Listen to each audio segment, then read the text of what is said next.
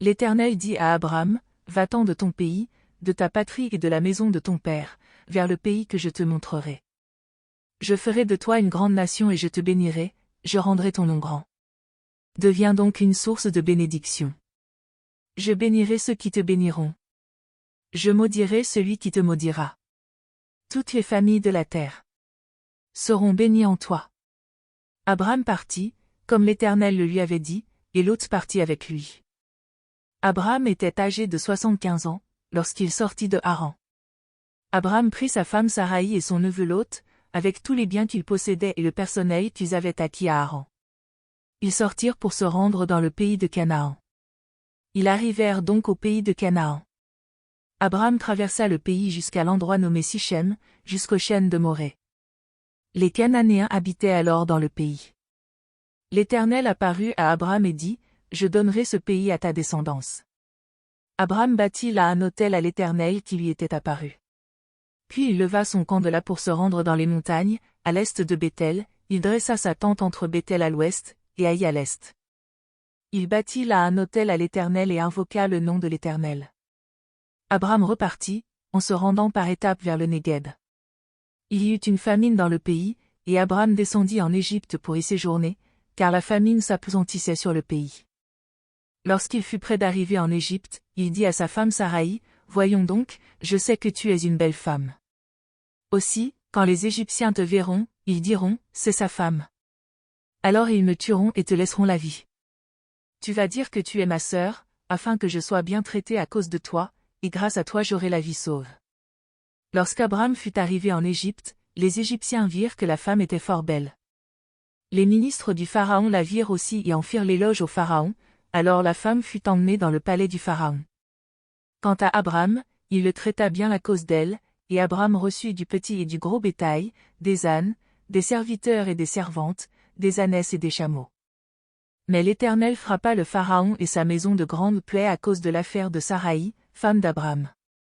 Alors le Pharaon appela Abram et lui dit, « Qu'est-ce que tu m'as fait? Pourquoi ne m'as-tu pas déclaré qu'elle était ta femme? Pourquoi as-tu dit, c'est ma sœur? Aussi l'ai-je prise pour ma femme. Maintenant, voilà ta femme, prends-la et va-t'en. » Le Pharaon donna l'ordre à ses gens de le laisser partir, lui et sa femme, avec tout ce qui lui appartenait. Abram remonta d'Égypte vers le Négueb, lui, sa femme et tout ce qui lui appartenait. Lot l'accompagnait. Abram était très riche en cheptel, en argent et en or. Il se rendit par étapes du Négueb jusqu'à Béthel, à l'endroit où il avait dressé sa tente au commencement, entre Béthel et Haï, à l'endroit où était l'autel qu'il avait fait précédemment, et là, Abram invoqua le nom de l'Éternel. Lot, qui accompagnait Abram, avait aussi du petit et du gros bétail, ainsi que des tentes. Le pays était insuffisant pour qu'ils restent ensemble, car leurs biens étaient si considérables qu'ils ne pouvaient rester ensemble. Il y eut querelle entre les bergers des troupeaux d'Abram et les bergers des troupeaux de Lot. Les Cananéens et les Phéréziens habitaient alors le pays. Abram dit à Lot, qu'il n'y ait pas, je te prie, de dispute entre moi et toi, ni entre mes bergers et tes bergers, car nous sommes frères. Tout le pays est devant toi. Sépare-toi donc de moi, si, tu vas, à gauche, j'irai à droite, si, tu vas, à droite, j'irai à gauche. Lot leva les yeux et vit toute la plaine du Jourdain qui était entièrement irriguée. Avant que l'Éternel détruise Sodome et Gomorrhe c'était, jusqu'à Tsoar, comme un jardin de l'Éternel, comme le pays d'Égypte. Lot choisit donc pour lui toute la plaine du Jourdain et partit vers l'est. C'est ainsi qu'ils se séparèrent l'un de l'autre. Abram habita dans le pays de Canaan, et Lot habita dans les villes de la plaine et dressa ses tentes en direction de Sodome. Les gens de Sodome étaient fort mauvais et pécheurs envers l'Éternel. L'Éternel dit à Abram, après que Lot se fut séparé de lui, lève donc les yeux, de l'endroit où tu es, regarde vers le nord et le midi, vers l'est et l'ouest, car tout le pays que tu vois, je te le donnerai, à toi et à ta descendance, pour toujours. Je rendrai ta descendance comme la poussière de la terre, en sorte qu'on ne pourra pas plus la compter que l'on ne peut compter la poussière de la terre. Lève-toi, parcours le pays en long et en large, car je te le donnerai. Abram dressa ses tentes et vint habiter aux chênes de Mamré, à côté d'Hébron. Il bâtit là un autel à l'Éternel. Au temps d'Amraphel, roi de Shinéar, d'Arioc, roi d'Élazar, de Kédorlaomé, roi d'Élam, et de Tidil, roi de Goïm, il arriva que ces rois firent la guerre à Béra, roi de Sodome, à Birsha, roi de Gomorre, à Shinab, roi d'Adma, à Shemébé, roi de Tseboïm, et au roi de Béla, c'est-à-dire Tsoar. Tous ceux-là opérèrent leur liaison dans la vallée de Sidim, qui est la mer Salée. Pendant 12 ans, ils avaient été les vassaux de Kédorlaomé, et la 13e année, ils s'étaient révoltés. Mais, la 14e année, Kédorlaomé et les rois qui étaient avec lui arrivèrent et bâtirent les Rephaïm à Ashteroth-Karnaïm, les Ouzim à Ham, les Émains à Shaveh-Kiriataïm, et les Horiens dans leurs montagnes de Séhir, jusqu'aux chaînes de Parahan, qui est près du désert. Puis ils s'en retournèrent, arrivèrent à En-Mishpat, qui est Kadek, et bâtirent les Amalécites sur tout leur territoire, ainsi que les Amoréens établis à Hatzatson-Tamar. Alors sortirent le roi de Sodome, le roi de Gomorre, le roi d'Adma, le roi de Tseboïm, et le roi de Béla, c'est-à-dire Tsoar, et ils se rangèrent en bataille contre eux dans la vallée de Sidim, contre Kédorlaomé, roi d'Élam, Tidil, roi de Goïm, Amraphel, roi de Shinéar, et Ariok, roi d'Élazar, 4 rois contre 5. La vallée de Sidim était couverte de puits de bitume, le roi de Sodome et celui de Gomorre s'enfuirent et y tombèrent, le reste s'enfuit vers la montagne. Les vainqueurs prirent tous les biens de Sodome et de Gomorre, et toutes leurs provisions, puis ils s'en allèrent. Ils prirent aussi, avec ses biens, Lot, fils du frère d'Abraham, et ils s'en allèrent. Lot habitait à Sodome. Un rescapé vint l'annoncer à Abraham, l'Hébreu, celui-ci demeurait aux chênes de Mamré l'Amoréen, frère d'Eshcol et frère d'Aner, qui avait fait alliance avec Abraham. Dès qu'Abraham eut appris que son neveu avait été capturé, il arma 318 de ses plus braves serviteurs, nés dans sa maison et il poursuivit les rois jusqu'à Dan. Il divisa sa troupe, pour les attaquer de nuit, lui et ses serviteurs, il les battit et les poursuivit jusqu'à Oba, qui est au nord de Damas. Il ramena tous les biens, il ramena aussi Lot, son frère, avec ses biens, ainsi que les femmes et le peuple. Après qu'Abraham fut revenu vainqueur de Kédorlaomé et des rois qui étaient avec lui, le roi de Sodome sortit à sa rencontre dans la vallée de Shaveh, qui est la vallée du roi. Melchizedek, roi de Salem, fit apporter du pain et du vin, il était sacrificateur du Dieu Très-Haut. Il bénit Abraham et dit : Béni soit Abraham par le Dieu Très-Haut, maître du ciel et de la terre. Béni soit le Dieu Très-Haut, qui a livré les adversaires entre tes mains. Et Abraham lui donna la dîme de tout. Le roi de Sodome dit à Abraham : Donne-moi les personnes, et prends pour toi les biens. Abraham répondit au roi de Sodome : Je lève la main vers l'Éternel, le Dieu Très-Haut maître du ciel et de la terre, je ne prendrai rien de tout ce qui est à toi, pas même un fil ni une bride de sandales, pour que tu ne puisses pas dire : J'ai enrichi Abraham. Rien pour moi, seulement ce qu'ont mangé les jeunes gens et la part des hommes qui sont allés avec moi, Aner, Eshcol et Mamré, ils prendront leur part. Après ces événements, la parole de l'Éternel fut adressée à Abraham dans une vision en ces termes : Sois sans crainte, Abraham.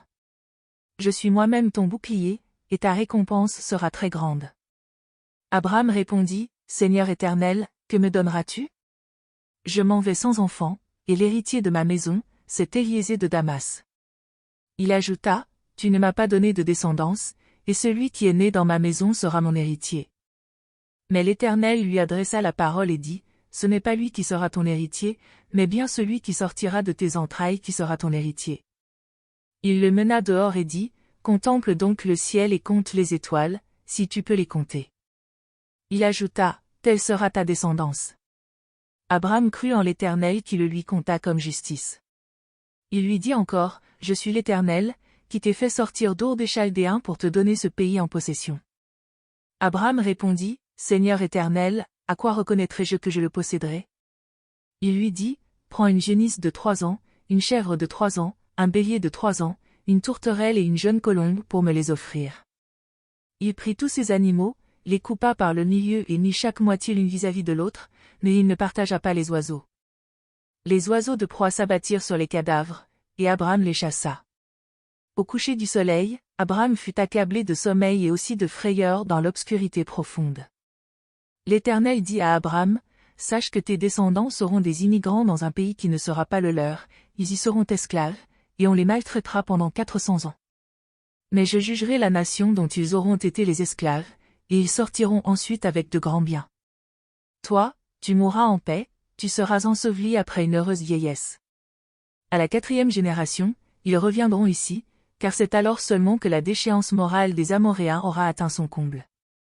Quand le soleil fut couché, l'obscurité devint profonde, alors une fournaise fumante et des flammes passèrent entre les animaux partagés.